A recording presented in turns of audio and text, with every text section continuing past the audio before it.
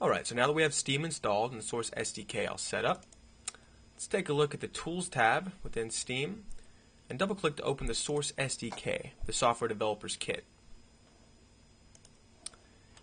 In the Software Developer Kit, the first application is the Hammer Editor, the level editor which we'll be using. And you can select from the drop-down box the games that you want to create levels for. So let's start with Counter-Strike Source. Make sure that's selected. And then double click to open the Hammer Editor. Now when the Hammer Editor opens, we'll go ahead and we'll click File, New, to start our very first Counter-Strike Source map. And let's take a look around the user interface. The Hammer interface is divided up into 4 main viewports, along with some tool panels off to the left, the top, on the right, and on the bottom, really just surrounding your 4 main panels. Now these 4 main viewports are divided into the camera view. If you hover over the top left, you'll see the front view, the top view, as well as the side view. And these views can actually be repositioned by clicking the window panes with the left mouse button and dragging. You can also left click on the name of the view, get a drop down list, and change which view you have in there. We have our options of a top view, the front, and side view, which we see we already had available. And then our difference in camera views. You actually have a wireframe mode, and then some different textured modes depending on how our brushes and our levels will be displayed. For right now, let's just keep this one on side. And let's look around the rest of our interface. Off to our left, we have the Tools toolbar. Along the top, we're looking at the Operations toolbar. On the right, we have our New Objects toolbar. And on the bottom here, we have the Status bar. Let's start over with the Tools. The Tools toolbar is where we're going to be creating most of the objects within Hammer.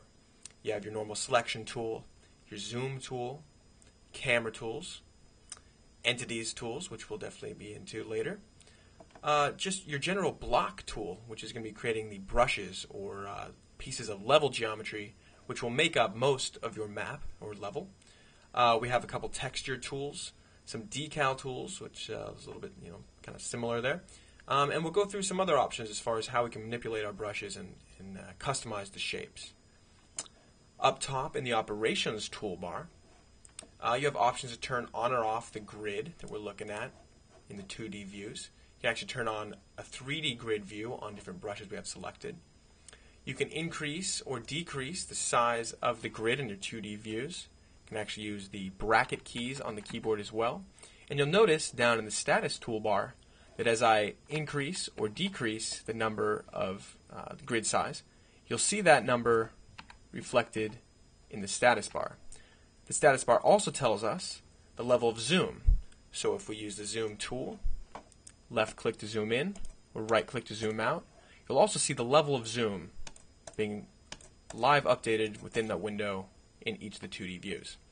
You can also use the scroll wheel on the mouse to go in and out with your zoom. And if you hold the control key while you use your mouse wheel, you'll actually get all 3 2D views on the same level of zoom, which can be really handy.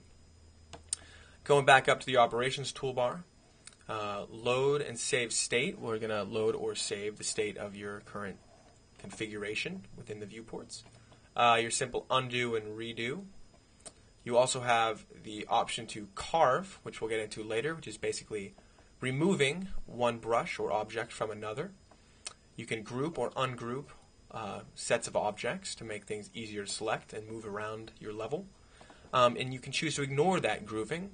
So instead of having to ungroup something, you could just, for the moment, ignore the grouping and select individual objects within it. You also have the ability to hide the selected object or hide the unselected objects. Your typical cut, copy, and paste.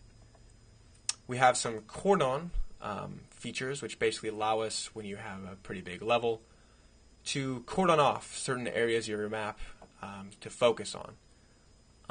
And as we get rest of these, some different ways to select objects in the scene to make it a little easier. The TL, or texture lock tools, allow you to lock a texture to a piece of geometry, so if you scale, move, rotate it, you won't disturb the texture that you have applied.